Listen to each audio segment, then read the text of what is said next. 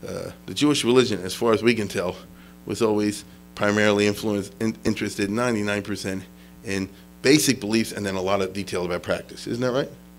We always focus on what you're supposed to do, how you're supposed to act towards other people, act towards Hashem. If you ask the question, what is God?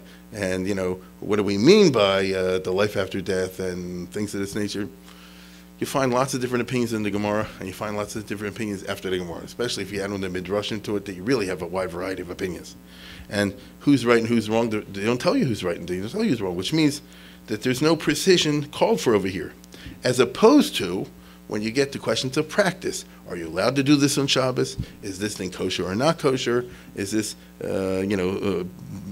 item big enough or small enough to be Makabel Tumah? There we have enormous attention, lots of different opinions, and we insist on an answer in the end.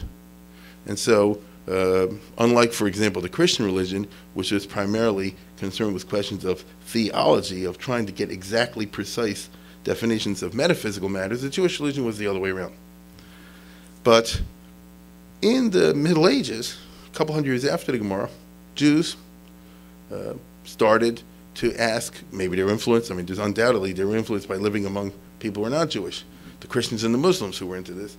Jews started to ask these kind of questions. What do we mean by the term God or Olam Haba or whatever? And the most famous person connected with this is the Rambam. And the Rambam is a giant figure of who there are very, very, very few people who have read all his writings. Very, very few. People in Yeshiva, learn the halacha part, Mishnah Torah. They don't even learn that straight. You just learn it together with some Gemara you're learning. But there are people that do. There are very few people who take trouble to read all of his letters and his essays, let alone you go after that into his mathematical stuff. Let alone you go into his philosophy book, the Mor Nevuchim, the Guide for the Perplexed. Let alone you go into the medical writings. And there are other things besides that. He has Shalos and Shuvas, for example. He was, among other things, a practicing Beis Din in Egypt for many decades. And so the Rambam has many, many faces. And unless someone's gone through all of them and has a handle on all of them, they shouldn't have an opinion on them. I'm wrong. Everybody has an opinion on the Rambam, whether they have read it all or they haven't read it all. And he wrote a lot of different things. One of the things about the Rambam is that he was a giant in learning, obviously. He wrote the Mishnah Torah, of course. He also was the most significant Jewish philosopher, as far as we know, of the Middle Ages, or one of the two. And he says in his writings that philosophy, metaphysics, is the peak discipline for a Jew to go after.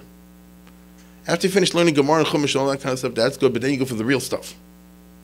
And it's in the Mor Nevuchim. You go for the real stuff, and you will then, after you do mathematics and logic and astronomy, I forgot the exact order, but he describes in the beginning, I could read it if you want, in the beginning to a student where he says, first I met you and, I saw that you had a natiya, a talent for certain kinds of studies over here. And he doesn't discuss it with the Gemara or anything like that at all.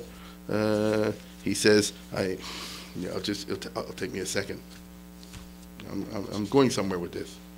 My dear people, ever since you resolved to come from a distant country and study under my direction, I thought highly of your thirst for knowledge and your fondness for speculative pursuits. I referred to the time when I received your writings in prose and verse. I wasn't able to test your powers of apprehension. I thought it might exceed your capacity. I didn't know if I should learn with you this stuff, how smart you are.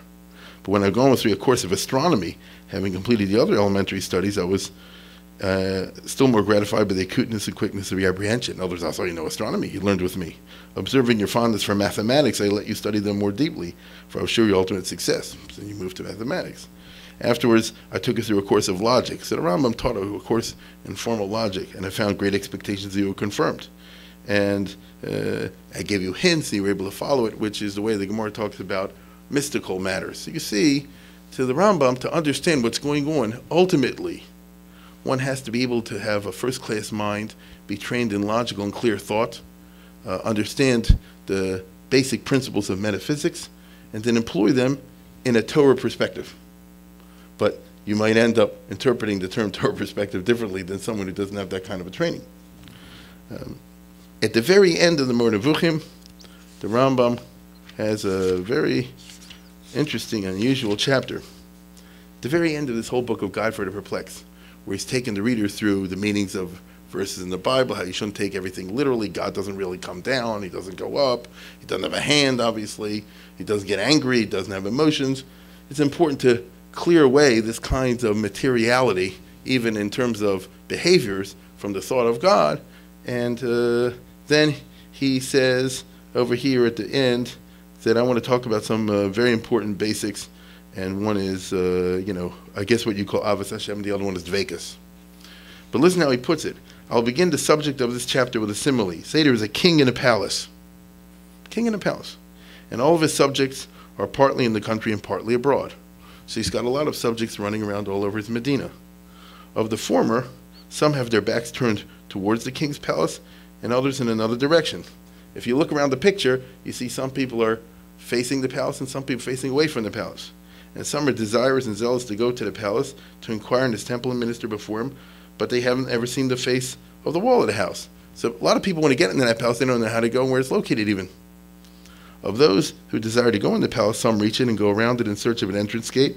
Others have passed through the gate and walk around in the antechamber, and others have succeeded in entering the inner part of the palace and being same room with the king in the royal palace.